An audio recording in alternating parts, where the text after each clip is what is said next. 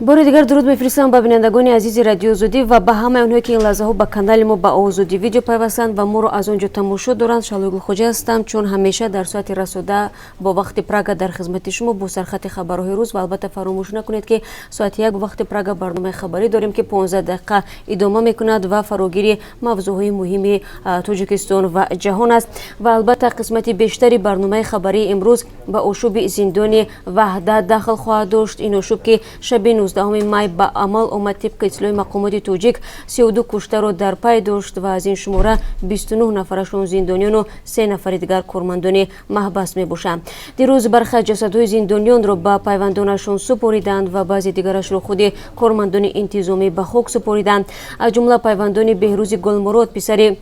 20 ساله گلمراد حلیمов полковник фирори توجیک را میگویند جسد او نیمه دوم روز گذشته در قبرستان زادگاهش دهه دره فونی نویه ورزوب بدون نماز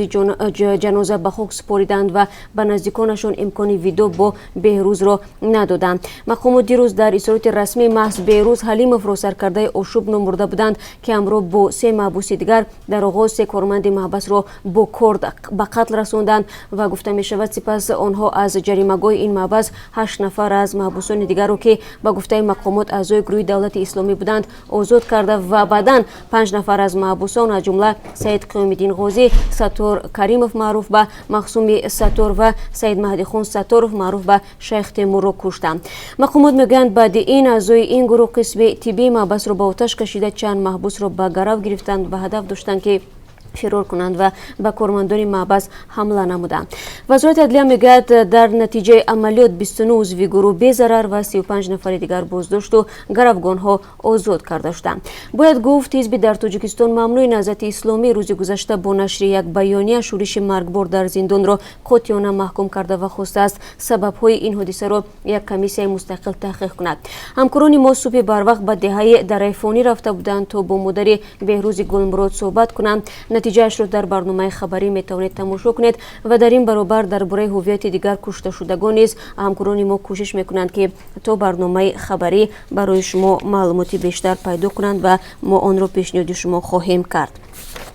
طبیب خطرناک یکی از دیگر گزارش‌های امروز ما درباره طبیب نقل می‌کند که مسئول سرعت ویچ سپید ارزیابی می‌شود. با گفته منصبداران تشخیص انگیزه ویچ سپید در تن بیش از 400 ساکن دهه و اکثرا کودکان مردم را به دهشت آورده است که این اطفال همه آلوده به این ویروس بودند. پزشک چگونه باعث سرعت‌یابی کودکان شده است بعد کمتر از 3 ساعت دیگر برایتان خواهیم گفت.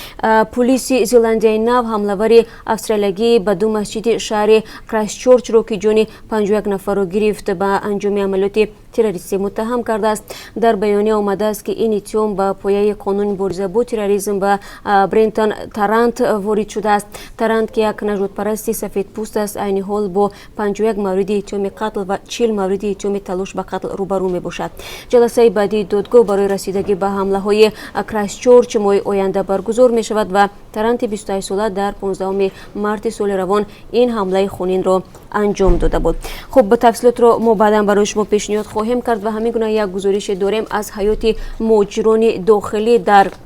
قسمت جنوبی تاجیکستان که شکایت میکنند که با وعده های زیاد از مکان خود به مکان دیگر کوچیدند ولی طور به نظر میرسد زندگیشان خوب نیست و چندان شرایط خوب و سازگار برای روزگار را ندارند و شما میتونید این گزارش رو در برنامه خبری بعد از کمتر از 3 ساعت دیگر تماشا کنید و همین گونه موضوع دیگر نیز هست که برایتان در برنامه خبری